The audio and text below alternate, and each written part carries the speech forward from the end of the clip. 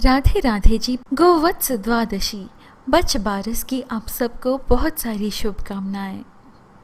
श्री कृष्ण जन्माष्टमी के बाद द्वादशी तिथि के दिन गोवत्स द्वादशी मनाई जाती है। इस दिन गौ माता और उसके बछड़े की पूजा की जाती है, इसीलिए इस पर्व का नाम बच बारस भी है। बच बारस को गोवत्स द्वादशी, वत्स द्वादशी और बच्छ दुआ भी कहते हैं। यह पर्व को मनाने का उद्देश्य गौ माता व बछड़े का महत्व समझाना है। इस वीडियो में हम बच बारस से जुड़ी कथाएं प्रस्तुत कर रहे हैं। गोवत्स द्वादशी को नंदिनी व्रत के रूप में भी मनाया जाता है, क्योंकि नंदिनी और नंदी दोनों को पवित्र माना जाता है। यह पर्व मानव जीवन को बनाए रखने में उनकी मदद के लिए गांवों का धन्यवाद समारोह है और इस प्रकार गांवों और उनके बछड़ों दोनों की पूजा की जाती है। गोवत्स द्वादशी का महत्व भविष्य पुराण में वर्णित है। गांवों और बछड़ों को स्नान कराया जाता है, नवीन वस्त्र पहनाकर फूलों की माला पहनाई जाती है और उनके माथे पर तिलक लगाया जाता है। गेहूं से बने पदार्थ, चना और मूंग दाल गौओं को खिलाया जाता है, जिन्हें पवित्र गौ माता नंदिनी का प्रतीक माना जाता है। गौ माता नंदिनी कामधेनु की बेटी थी, जो ऋषि वशिष्ठ जी के आश्रम में रहती थी। गौओं के प्रति भगवान श्री कृष्ण के प्रेम की प्रशंसा करते हुए और उनके दाता होने के नाते भक्त गीत गाते हैं। भगवान श्री कृष्ण जी के गाय और बछड़ों से बड़ा प्रेम था, इसी कारण इस पर्व को मनाया जाता है। ऐसा माना जाता है कि बच बारस के दिन गौ और बछड़ों की पूजा करने से भगवान श्री कृष्ण सहित गौ माता में निवास करने वाले 33 कोटि देवी देवताओं का आशीर्वाद भी प्राप्त होता है, जिससे घर में सुख समृद्धि आती है। महिलाएं इस दिन अपने संतान की भलाई के लिए व्रत रखती हैं, क्योंकि गौ माता मातृत्व का प्रतीक है और हमारे भारत देश में आजीविका के मुख्य स्रोत का प्रतीक है। इस दिन गाय का दूध और उससे बनी पदार्थों का सेवन नहीं करना चाहिए। यह प्रतीक है कि कम से कम आज के दिन गौ माता का दूध सिर्फ और सिर्फ उनके बछड़े के लिए है। सनातन धर्म में गाय को माता का दर्जा दिया गया है, अतः यह व्रत गौ संरक्षण का भी संदेश देता है। आइए अब बच बारस से जुड़ी कथाएं श्रवण करें।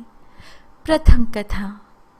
प्राचीन समय में भारत में सुवर्णपुर नामक एक नगर था। वहाँ देवदानी नाम का एक राजा राज्य करता था।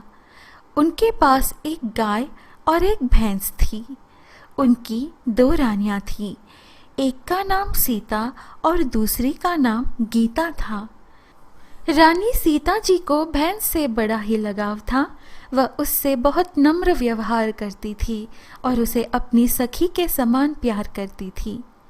राजा की दूसरी रानी गीता जी गाय से सखी सहेली के समान और बछड़े से पुत्र समान प्यार और व्यवहार करती थी। यह देखकर भैंस ने एक दिन रानी सीता जी से कहा, गाय बछड़ा होने पर गीता रानी मुझसे ईर्ष्या करती है। इस पर रानी सीता जी ने कहा, यदि ऐसी बात है तब मैं सब ठीक कर लूँगी। रानी सीता जी ने उसी दिन गाय के बछड़े को काटकर गेहूं की राशि में दबा दिया। इस घटना के बारे में किसी को कुछ भी पता नहीं चला, किंतु जब राजा भोजन करने बैठे तभी मांस और रक्त की वर्षा होने लगी। महल में चारों ओर रक्त तथा मांस दिखाई देने लगे। राजा जी को भोजन की थाली में भी मलमूत्र आदि की बास आने लगी। यह सब देखकर राजा जी को बहुत चिंता हुई।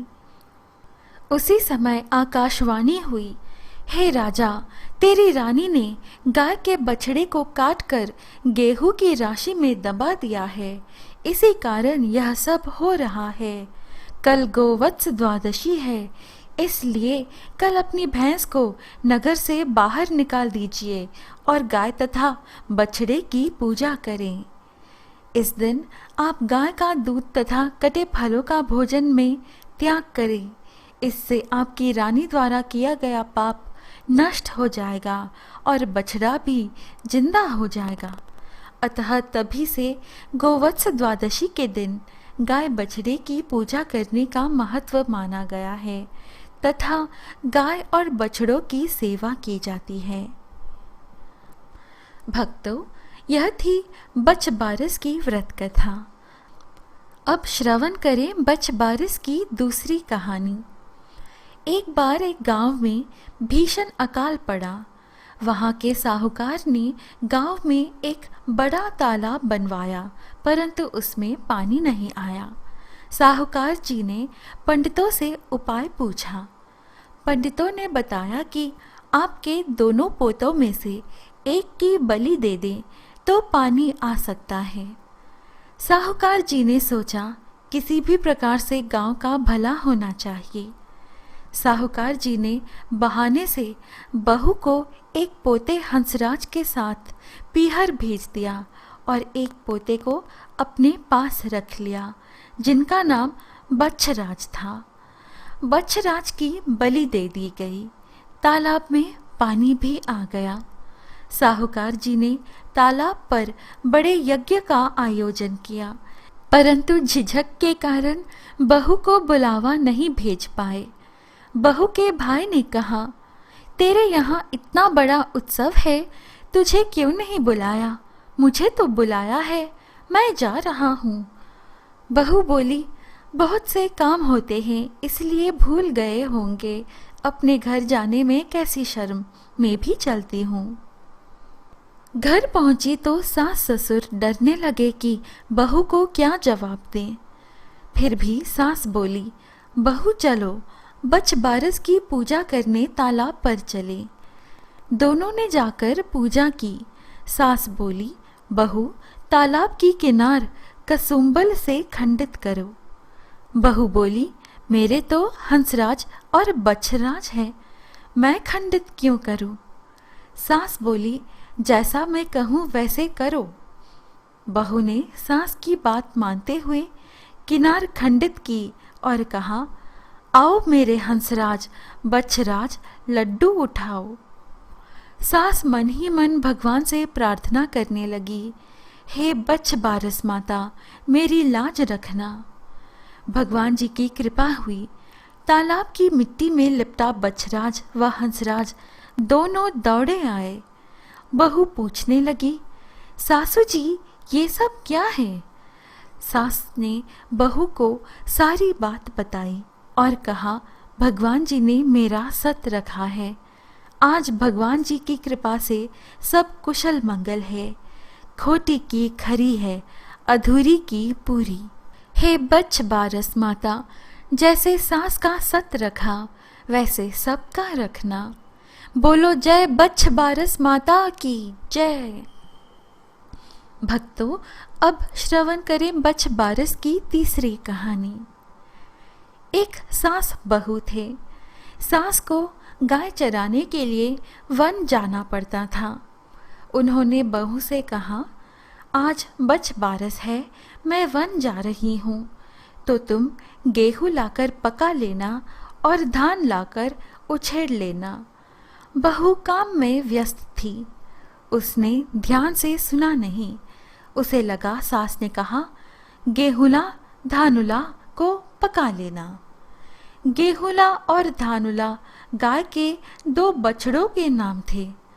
बहू को कुछ गलत तो लग रहा था, लेकिन उसने सास का कहा मानते हुए बछड़ों को काट कर पकाने के लिए चढ़ा दिया। सास ने लौटने पर कहा, आज बच्च बारस है, बछड़ों को छोड़ो, पहले गाय की पूजा कर लें। बहू डरने लगी, भगवान जी से प्रार्थना करने लगी। वह बोली, हे भगवान जी, मेरी लाज रखना, भगवान जी को उसके भोलेपन पर दया आ गई। हांडी में से जीवित बछड़ा बाहर निकल आया। सास के पूछने पर बहू ने सारी घटना सुना दी और कहा, भगवान जी ने मेरा सत रखा, बछड़े को फिर से जीवित कर दिया। इसीलिए बछबारस के दिन गेहूं नहीं खाए जाते और कटी हुई चीज़ें नहीं खाते हैं। गाय बछड़े की पूजा करते हैं। हे बछबारस माता, जैसे बहू की लाज रखी वैसे सबकी रखना। खोटी की खरी, अधूरी की पूरी, जय हो बछबारस माता की जय। भक्तों, यह है आज की प्रस्तुति। आशा है आपको यह वीडियो अच्छी लगी। इस प्रकार के और वीडियोस पाने के लिए कृपया हमारे YouTube चैनल पवित्र वचन को सब्सक्राइब कर लें। हम फिर मिलेंगे अगली वीडियो में। जय गौ माता, जय श्री कृष्ण, राधे राधे।